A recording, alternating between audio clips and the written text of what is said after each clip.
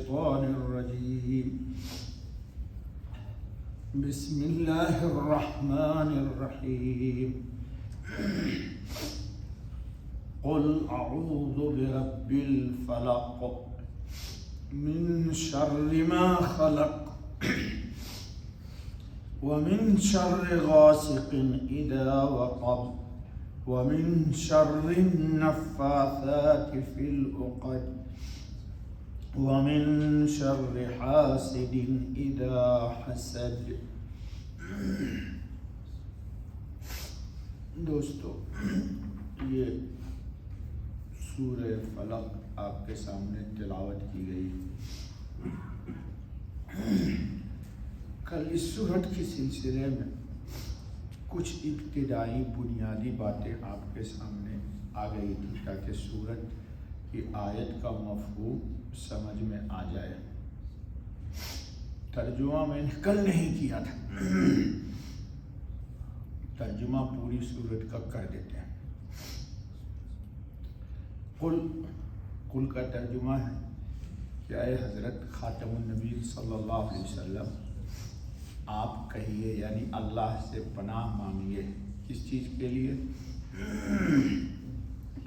کہیے کہ میں صبح کے مالک کی اعوذ برب الفلق پناہ لیتا ہوں، من شر ما خلق، تمام مخلوقات کے شر سے کوئی نہیں بچا، یعنی اللہ کی ذات کے سوا کائنات عالم میں جتنی بھی چیز ہے ان سب کے شر سے اللہ تعالیٰ کہتے ہیں حضور کو پناہ چاہ لیجیے۔ کیا پیاری بات ہے۔ اور خاص کر وَمِن شَرِّ غَاسِقٍ إِذَا وَقَبَ، اور بالخصوص اندھیری رات کے شر سے، جب وہ رات آ جائے۔ من شر غاسق اذا وقب، جب وہ رات آ جائے۔ کیوں کہ رات میں شر اور فساد کا احتمال ظاہر ہے کہ بہت ہوتا ہے۔ اس کے بعد آ رہا ہے وَمِن شَرِّ النَّفَّاثَاتِ فِي الْعُقَدِ، اور بالخصوص گنڈے کی گرہوں پر پڑھ کر پھونکنے والیوں کی شر سے۔ یہ جادو کا جو عمل ہے یہ زیادہ عورتیں کرتی ہیں، اور خاص طور پر جتنا ناپاک رہے گی عورت اس کا جادو اتنا خطرناک ہوگا۔ یا اگر کوئی مرد کرتا ہے جادو تو وہ بہت ہی ناپاک ہوتا ہے، حتیٰ کہ وہ اپنی غلاظت کھاتا ہے۔ سفلی علم والے اس وقت تک جادو آپ پر نہیں کر سکتے جب تک کہ وہ اپنی لیٹرین اور اپنا پیشاب نہ پئیں۔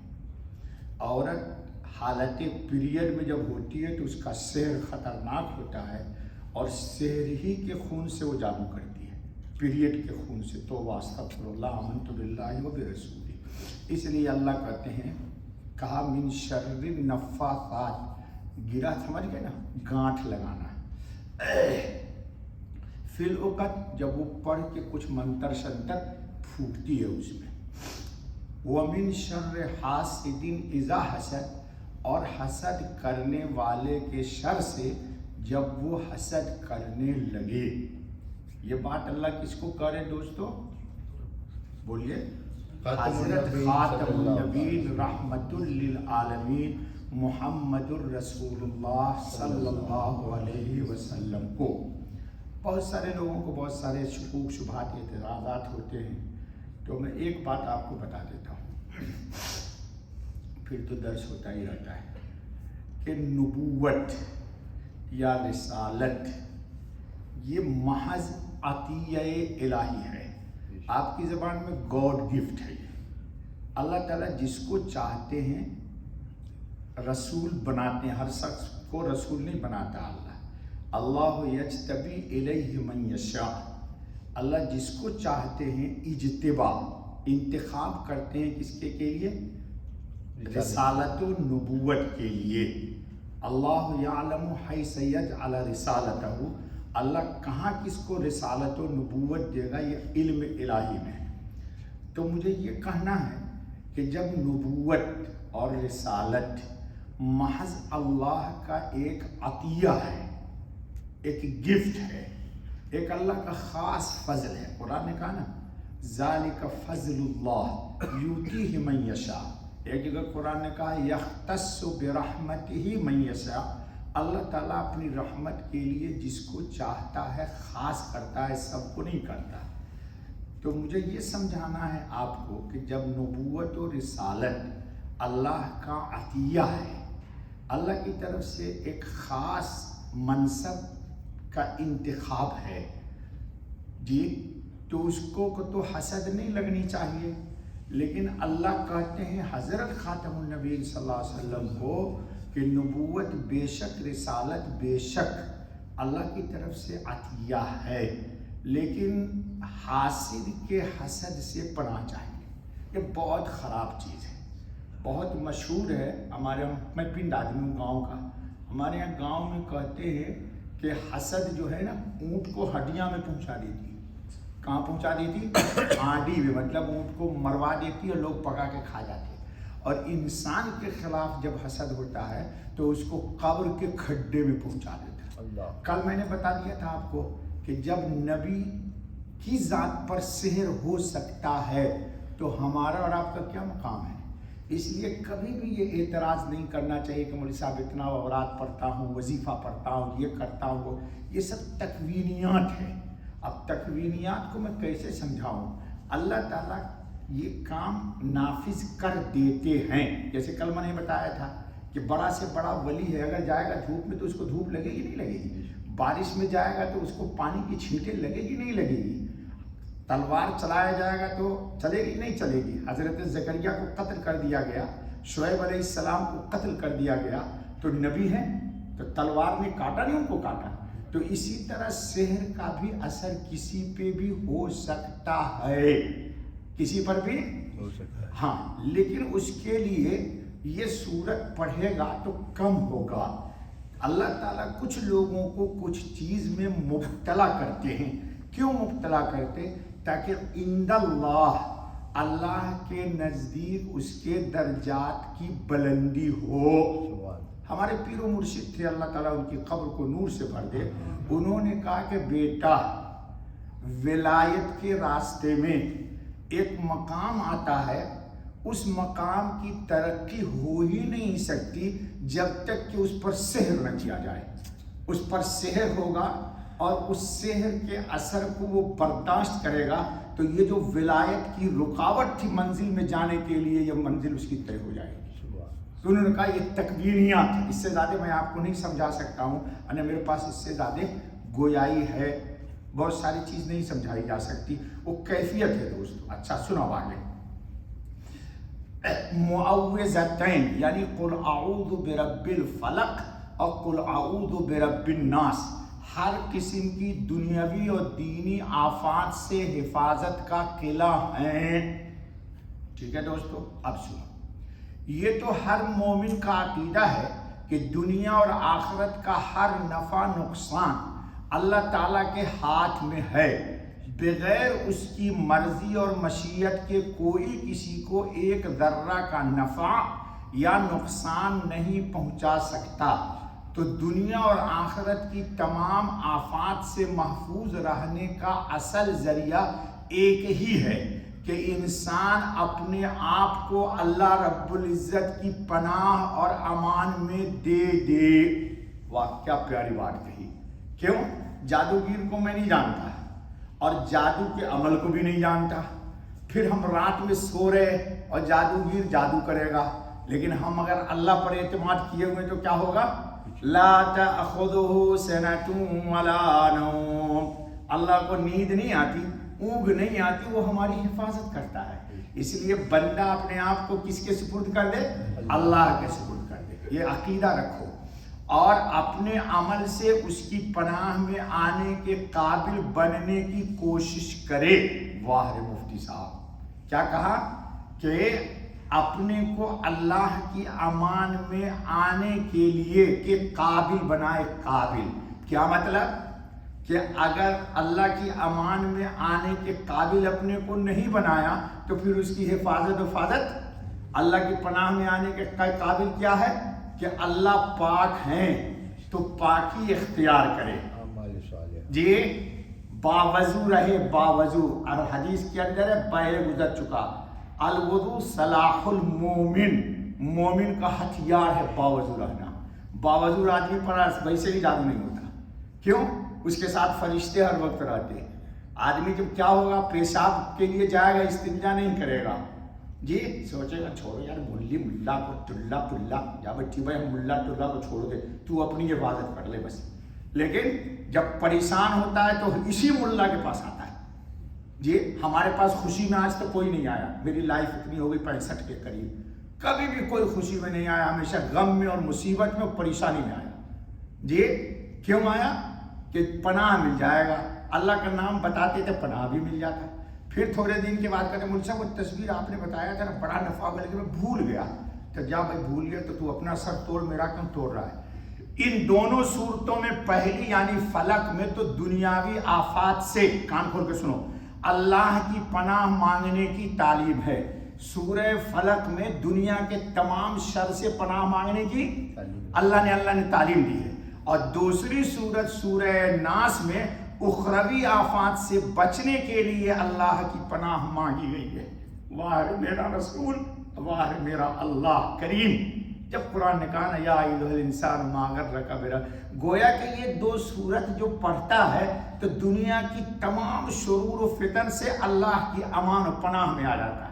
اور اس سورت کو پڑھنے کے بعد موت سے لے کر کے حشر تک، میزان تک، جنت میں داخلے تک، تمام کے تمام ڈپریشن اور ٹینشن سے امان میں اللہ کیا جاتا ہے۔ بتاؤ کہ صلی اللہ علی خاتم النبیین، یہ اللہ تعالیٰ نے سورت دی ہے، اس کو صحیح یاد کرو۔ میں تو بیٹھا رہتا ہوں یہاں پر، بہت سارے لوگ نماز پڑھاتے، بہت غلط نماز پڑھاتے۔ کل تو ایک نے ایسی نماز پڑھائی کہ کسی کی نماز نہیں ہوئی ہوگی، لیکن میں ڈر سے نہیں بولتا ہوں، لوگ مجھے گالیاں دیتے ہیں، کہتے پتہ نہیں اس ملا کو کیا، مولوی کو کیا ٹینشن ہے۔ بہت شوق لوگوں کو نماز پڑھانے کا، قرآن اتنا غلط پڑھ رہا تھا میں کیا بتاؤں، 20-25 لوگ پیچھے پڑھ رہے تھے، قرآن 100% غلط پڑھ رہا تھا۔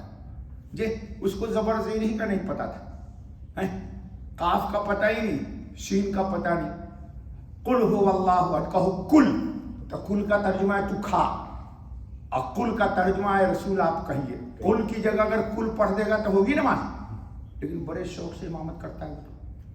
کوئی بھی آتا کہتا ہے میں مولوی صاحب میں بھی امام، چل تو آجا کل ادھر، کہو استغفر اللہ۔ سنو، نماز اگر پڑھانے کی صلاحیت نہیں ہے تو مت امام بنو۔ امام بننے کا شوق ہے تو 2-4 سورت ہی صحیح سیکھ لو تاکہ اس کے ذریعے نماز پڑھاؤ۔ بیچارے یہ تبلیغ والے رو رو کے سمجھاتے ہیں لیکن مان کے نہیں کوئی دیتا ہے۔ چلو، مستند احادیث میں ان دونوں صورتوں کے بڑے فضائل اور برکات منقول ہیں۔ امام مسلم حضرت عقبہ ابن عامر کی حدیث میں نقل کرتے ہیں کہ رسول اللہ خاتم النبیین صلی اللہ علیہ وسلم نے فرمایا کہ تمہیں کچھ خبر ہے کہ آج کی رات اللہ تعالیٰ نے مجھ پر ایسی آیات نازل فرمائی ہیں کہ ان کی مثل نہیں دیکھی، کہا اس کے برابر میں نے قرآن میں کوئی صورت نہیں دیکھی۔ یعنی قل اعوذ برب الفلق اور قل اعوذ برب الناس۔ اور ایک روایت میں ہے کہ تورات، انجیل اور زبور اور قرآن میں بھی ان کی مثل کوئی دوسری صورت نہیں، یعنی قل اعوذ برب الفلق اور قل اعوذ برب الناس۔ ایک دوسری روایت انہی حضرت عقبہ سے ہے کہ ایک سفر میں رسول اللہ خاتم النبیین صلی اللہ علیہ وسلم نے ان کو معوذتین پڑھائی، اور پھر مغرب کی نماز میں انہی دونوں صورتوں کی تلاوت فرمائی، مغرب میں بھی پڑھی، اور پھر فرمایا کہ ان صورتوں کو سونے کے وقت بھی پڑھ لیا کرو، پڑھا کرو، اور پھر اٹھنے کے وقت بھی، یعنی سونے سے پہلے بھی اللہ کی امان میں آ جا، اور سو کے اٹھ تو بھی اللہ کی امان میں آ جا۔ ایک روایت میں ہے کہ حضرت خاتم النبی صلی اللہ علیہ وسلم نے ان دونوں صورتوں کو ہر نماز کے بعد پڑھنے کی تلقین فرمائی، کہا ہر نماز کے بعد پڑھ لے۔ یہ جو بہت کہتا ہے نا مجھے مولوی صاحب وصف صاحب بہت آتا، شک بہت آتا جی، بہت سارے لوگ کہتے ہیں بہت شک آتا جی، تو یہ شک مسلمان ہی کو آتا ہے، کسی بے ایمان کو شک شبہ نہیں آتا۔ کیوں؟ ایمان والا کے چور کہاں جائے گا؟ ارے مال والا کے پاس جائے گا نا، بے ایمان تو بے مایا کا، جو اس کے پاس جا کے کیا کرے گا؟ وہ بے غیرت بھی تو ہم ہی لوگوں کے پاس آتا ہے جی، اللہ اس سے اپنی ایمان میں رکھے۔ حضرت اما عائشہ رضی اللہ عنہ فرماتی ہیں کہ رسول اللہ خاتم النبیین صلی اللہ علیہ وسلم کو جب کوئی بیماری پیش آتی، کان کھول کے سنو بچے والے بیوی والے، تو یہ دونوں صورتیں پڑھ کر اپنے ہاتھوں پر دم کر کے سارے بدن پر پھیر لیتے تھے۔ سنو، بہت سارے لوگ کہتے ہیں ان سے بدعت ہے یہ، کان کھول کے سن، بدعت کا تجھے پتہ ہی نہیں، حضور کی سنت کو بدعت کہے گا اللہ اتنا ماریں گے نا کہ نانی یاد آ جائے گی، چھٹی کا دودھ نکال لیں گے وہ۔ غور سے سن لے پھر، اما عائشہ کی روایت ہے کہ حضور یہ دونوں صورتیں پڑھ کر اپنے ہاتھوں پر دم کر کے سارے بدن پر، ہاں اس لیے کبھی اس کو بدعت نہ کہنا ورنہ پکڑے جاؤ گے۔ علم سمندر ہے، دو چار حدیث پڑھ لی، نیٹ میں دیکھ لی تو کہتے ہو میں مفتی کا باپ ہوں، تو میرا دادا بن جائے تو کیا بنتا ہے، پر علم تو نہیں آئے گا تم کو، وہ تو نہیں آئے گا جتنا پڑھو گے۔ پھر جب مرض وفات میں، سنو ذرا غور سے، آپ کی تکلیف بڑھی تو اماں کہتی ہیں کہ میں یہ صورتیں پڑھ کر آپ کے ہاتھوں پر دم کر دیتی تھی، صلی اللہ علیہ خاتم النبی۔ سنو ادب دیکھو، اماں پڑھتی صورت کیونکہ حضور بیمار ہیں، حالت مرض میں ہے، تو اپنے ہاتھ پر دم کر کے حضور پہ نہیں پھیرتی، کہاں دم کرتی؟ حضور سرکار مدینہ خاتم النبیین کے ہاتھ پر دم کرتی۔ کیوں؟ کہ حضور کے ہاتھ سے اچھا مبارک میرا ہاتھ تو نہیں تھا۔ دیکھو ادب دیکھو ماما کا ادب دیکھو اماں کا۔ آپ صلی اللہ علیہ وسلم اپنے تمام بدن پر پھیر لیتے تھے، یہ کام اس لیے کرتی تھی کہ حضرت کے مبارک ہاتھوں کا بدل میرے ہاتھ نہ ہو سکتے تھے۔ کان کھول کے سن، یہ روایت امام مالک جو کون ہے؟ مدینے کے امام ہے بابا، پوری زندگی مدینے میں تھوک نہیں پھینکا انہوں نے، جا کے دیکھ امام مالک کی سیرت پڑھ کے، اور پورے ہیں مدینے کے، کہتے ہیں جب سے میں بچہ ہو کے بڑا ہوا پتہ چلا کہ یہ مدینۃ الرسول ہے، کبھی پیشاب پائخانہ مدینے میں نہیں کیا انہوں نے۔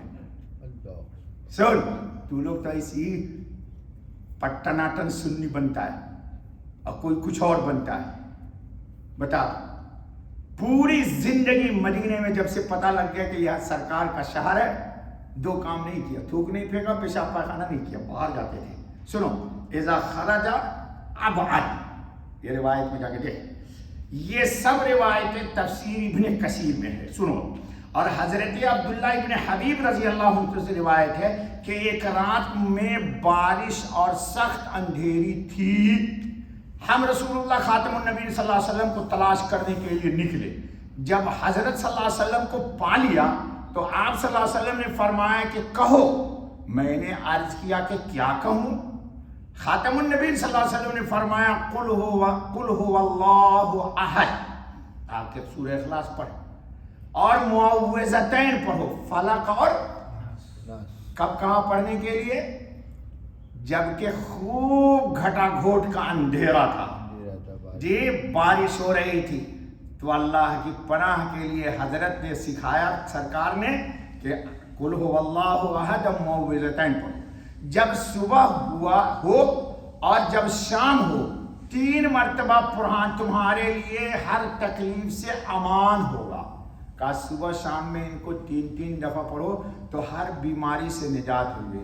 اس روایت کو امام ترمذی، ابو داؤد اور نسائی نے نقل کیا ہے۔ خلاصہ یہ کہ تمام آفات سے محفوظ رہنے کے لیے یہ 2 صورتیں رسول اللہ صلی اللہ علیہ وسلم اور صحابہ کرام کا معمول تھیں۔ اللہ رب العزت ہم سب کو توفیق فرمائے۔ اب کل سے ایک لفظ پڑھیں گے، اس کی تشریح کریں گے، بس دوستو بس۔ اللہ تعالیٰ ہم سب کو عمل کی توفیق